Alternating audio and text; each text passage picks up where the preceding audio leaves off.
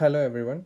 So today's question with explanation is about a 1-year-old African American boy who has been brought to the emergency department by his parents. He has complaints of severe swelling and tenderness on the hands and feet, and he didn't allow the parents to touch the hands and feet. And also, the patient has said no history of any recent illness, and his immunization records are up to date. So, except that fact, the past medical history uh, showed that the older brother who died at the age of 6 for pneumococcal sepsis. So physical examination revealed bilateral swelling of hands and feet. So with these findings, we need to know what is the most likely abnormality seen in this patient. So look at the choices from A to F.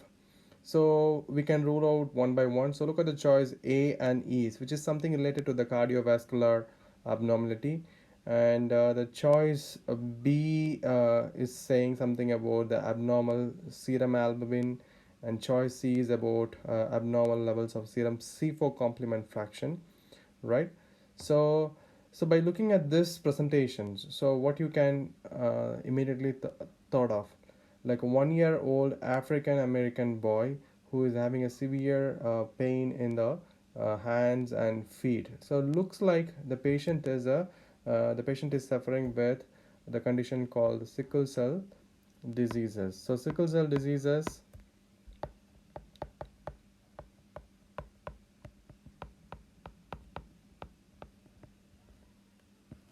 so the patient will have a severe hemolysis will be there,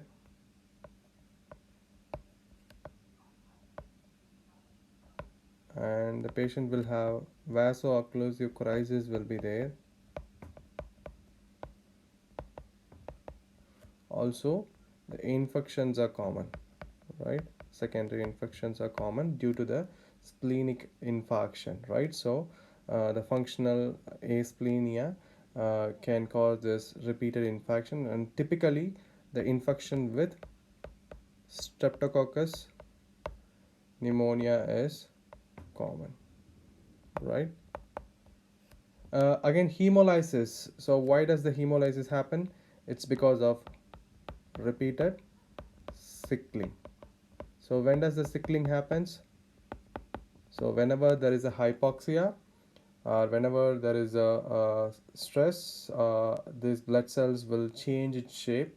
So the sickling, the repeated sickling can trigger that these cells are abnormal, and it will be flagged in your spleen.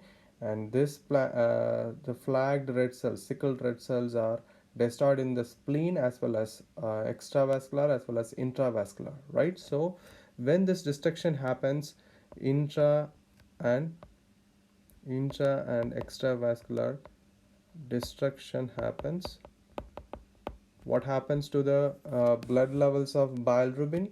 So the bilirubin levels will be increased. So increased levels of indirect bilirubin will be there, right? Apart from that, the levels of LDH, the lactate dehydrogenase levels, will be increased. So what happens to this whenever you have a breakdown of hemoglobin, right? So whenever the hemoglobin is released into the circulation from the red cells, whenever it is released into the circulation, so what happens? So possibly these hemoglobin can cause damage to the kidney, especially the tubules, right? So the tubular cells will be the PCT, DCT, the tubular cells will be damaged by this hemoglobin, right?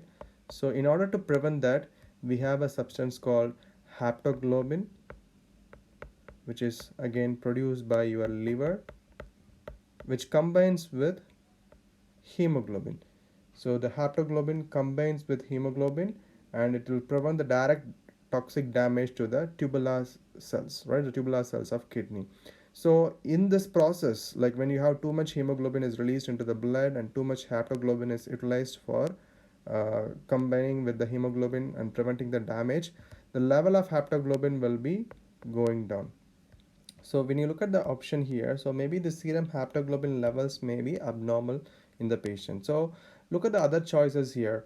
So in a patient with sickle cell diseases, like usually the symptoms, the cardiovascular symptoms will be predominant when they grow up, right? Not in their infancy. Like infancy period, they don't have any symptoms. Even when they grow up, the cardiovascular symptoms, the cardiomegaly symptoms can be seen in a chronic anemia cases, where even there the cardiac output will be increased in the initial time. So systolic function will be preserved. So left ventricular systolic function will be preserved. So there won't be any alteration there, and even venous pressure is not affected much.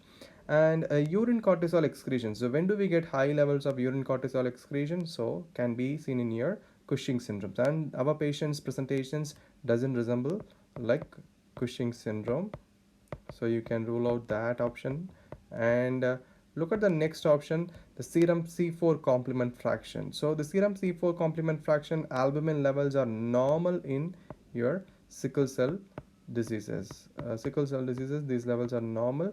So when you have high levels of serum C4 complement fraction, it can be seen in infection, or it can be seen in a condition called ulcerative colitis, and even malignancy, cancer.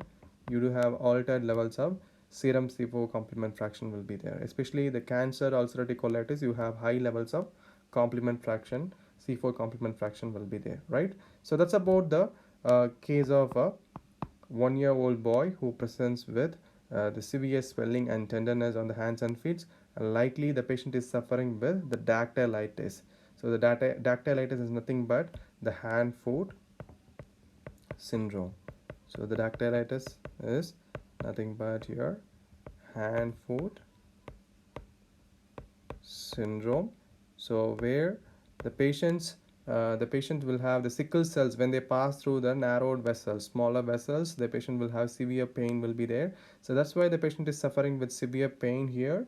And also this pain crisis can be very acute, and sometimes even the grown-ups may have a different presentation due to vaso-occlusion. It can be a acute chest syndrome, or it can be a priapism, or even leg ulceration. Even stroke can be seen in grown-ups, but in children usually the pain crisis will be the dactylitis, is very common in the first few years of life, right? So that's the significance of sickle cell disease in a younger individual, and what are the complications of sickle cell disease in younger individuals, as you should know. So it's about the high yield.